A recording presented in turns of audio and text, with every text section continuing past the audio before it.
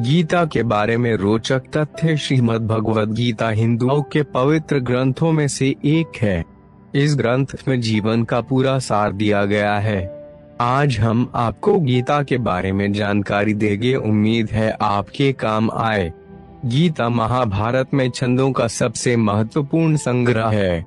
पूरी दुनिया में हिंदू भगवद गीता से परिचित हैं और हम सब ने हमारी पीढ़ियों से इसकी महानता के बारे में सुना है। गीता भगवान श्री कृष्ण द्वारा युद्ध और जीवन के अर्थ को समझाने के लिए अर्जुन को दिए गए उपदेश की एक श्रृंखला है।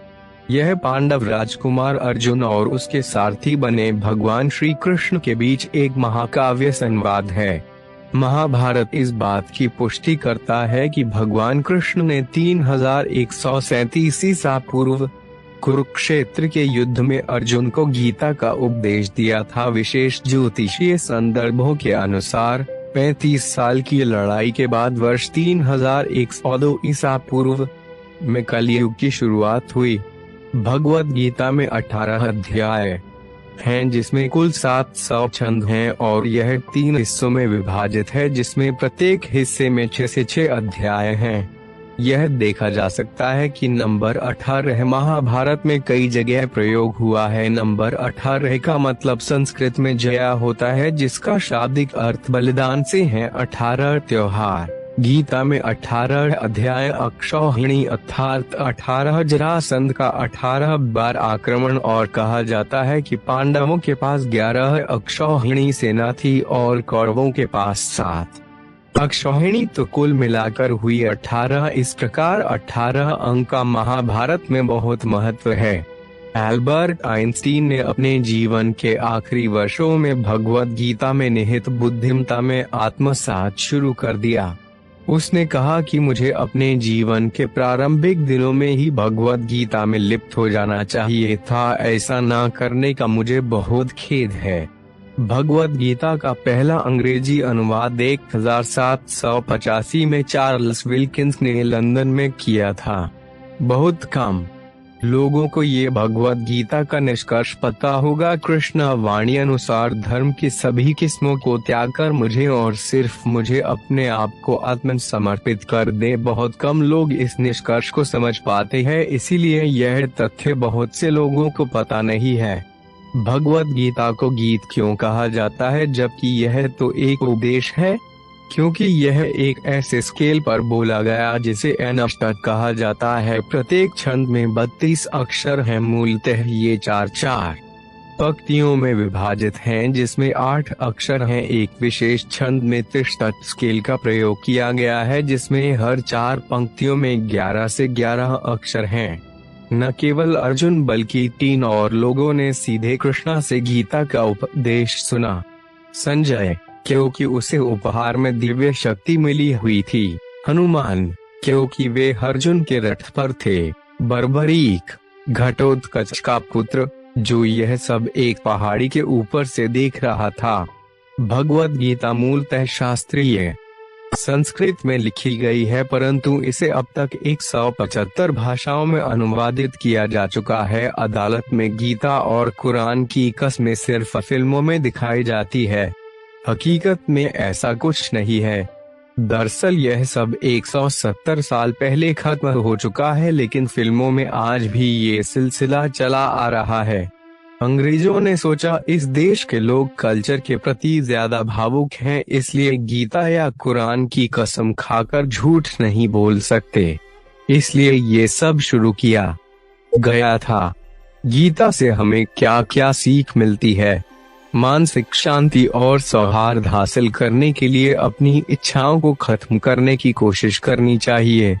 मौत से डरना बेकार है। मौत का अर्थ सिर्फ आत्मा का भौतिक संसार से आध्यात्मिक संसार में जाना है।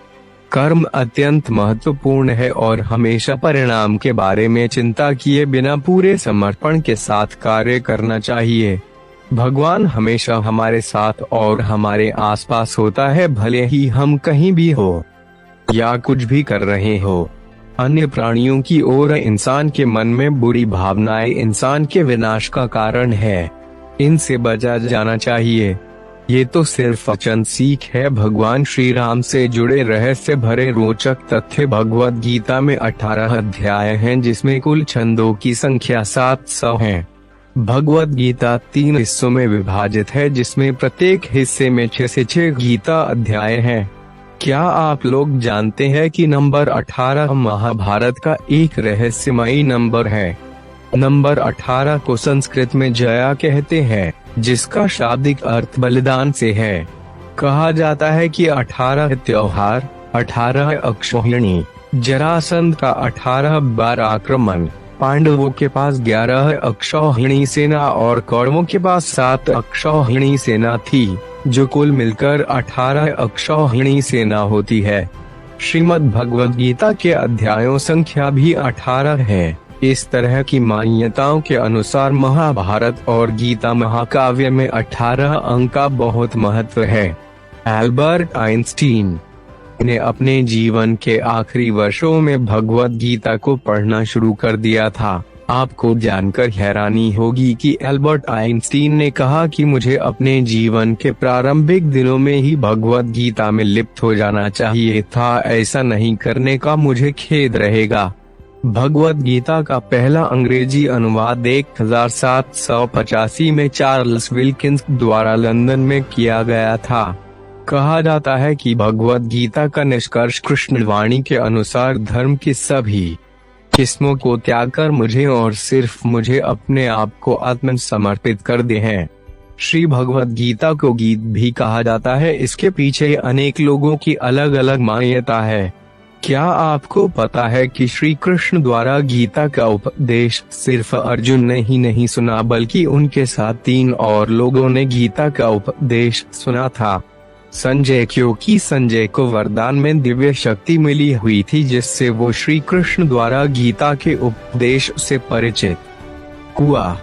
हनुमान जी, श्री बालाजी महाराज। हनुमान जी अर्जुन के रथ के शिखर पर बैठे हुए थे और वो भी गीता का उपदेश सुन रहे थे। बर्बरीक, घटोत्कच का पुत्र, जो महाभारत के युद्ध को एक पहाड़ी के ऊपर से देख रहा था। अयोध्या स्थित श्री राम मंदिर के इतिहास से जुड़े रोचक तथ्य। श्री भगवद गीता को मूलतः शास्त्रीय संस्कृत में लिखा गया था, परंतु इसे अब तक 175 भाषाओं में अनुवादित किया जा चुका है। ब्रह्म पुराण के अनुसार मार्गशीर्ष शुक्ल एकादशी स्थिति का बहुत बड़ा महत्व है। इस एकादशी को मोक्षदा एकादशी कहते हैं। यह तिथि गीता जयंती के नाम से भी प्रसिद्ध है। गीता से जुड़ी कुछ लाइनों का उपदेश मानसिक शांति और सौहार्द हासिल करने के लिए अपनी इच्छाओं को खत्म करने की कोशिश करनी चाहिए। मौत से डरना बेकार है। मौत का अर्थ सिर्फ आत्मा का भौतिक संसार से आध्यात्मिक संसार में जाना है। कर्म अत्यंत महत्वपूर्ण है और हमेशा परिणाम के बारे में चिंता किए बिना पूरे समर्पण के साथ कार्य करना चाहिए। इसीलिए श्री कृष्ण ने अर्जुन से कहा था कि कर्म किए जा, फल की चिंता मत कर। भगवान हमेशा हमारे साथ और हमारे आसपास होता है, भले ही हम कहीं भी हो या कुछ भी कर रहे हो। अन्य प्राणियों की ओर इंसान के मन में बुरी भावनाएं इंसान के विनाश का कारण है। इनसे बचा जाना चाहिए।